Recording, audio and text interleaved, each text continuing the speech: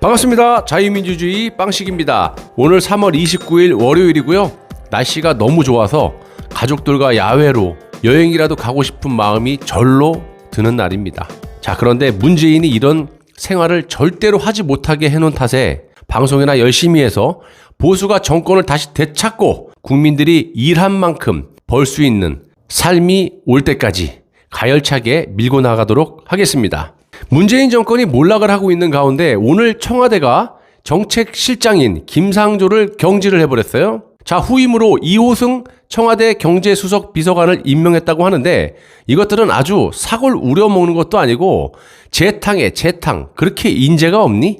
이호승을 임명을 하면서 한다는 소리가 과간도 아닙니다. 왜 가관도 아니냐? 잘 들어보세요. 비교도 한번 해보시고. 치밀한 기획력과 꼼꼼한 일처리로 신망이 높고 경제 등 정책 전반에 대한 탁월한 전문성과 균형 감각이 있어서 집권 후반기에 경제 활력을 회복하고 포용 국가 등 국정 과제를 성공적으로 완수할 적임자라고 합니다. 네 김이 이런 확실한 사람을 왜 비서관으로 썼니? 진작에 정책실장으로 쓰지. 여러분, 김상조를 임명했을 때 다시 한번 상기를 해보시기 바랍니다. 당시 이 고민정 나팔수가 뭐라고 했는지 기억나시나요? 기업과 민생경제에 활력을 불어넣는 등 시대적 소명을 성공적으로 수행할 것으로 기대한다면서 공정경제를 더 강화할 필요가 있다. 공정거래위원장으로서 대기업의 불공정 행위 단속을 맡아온 김상조 실장의 발탁을 통해 대기업과 중소기업의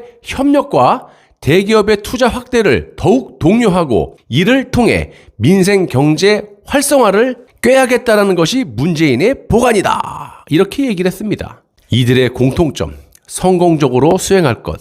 참.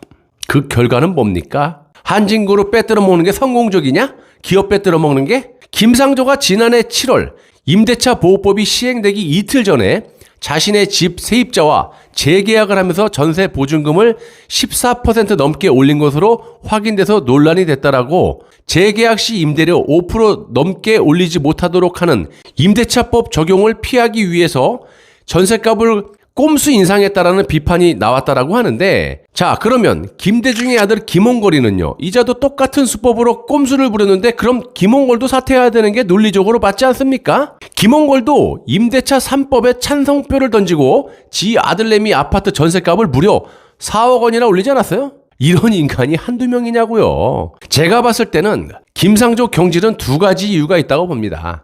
작년에 문재인이 밀고 있는 뉴딜 정책, 이 김상조가 불편한 내색을 보였고요. 실제로 초선 의원들 워크숍에서 김상조가 이런 말을 했다가 죽창으로 찔릴 뻔하지 않았습니까? 대통령이나 잘 보필할 것이지 헛소리한다고 아주 죽을 뻔했었어요. 자, 그도 그럴 것이 김상조 지가 봐도 문재인의 뉴딜 정책은 말이 안 된다라고 생각을 했었을 거고, 나중에 문제가 될 게 뻔하니까 정책실장인 김상조 본인이 온팡 뒤집었을 것이 분명하기 때문에 흔적을 일단 남긴 거라고 봅니다. 이를 문재인 입장에서 좋게 볼 일이 없죠. 또 한 가지는 김상조 본인이 현재 네임덕으로 무너져가는 문재인후를 빨리 떠나지 않으면 더 큰 화를 입겠구나 해서 나온 걸 수도 있다라고 봅니다.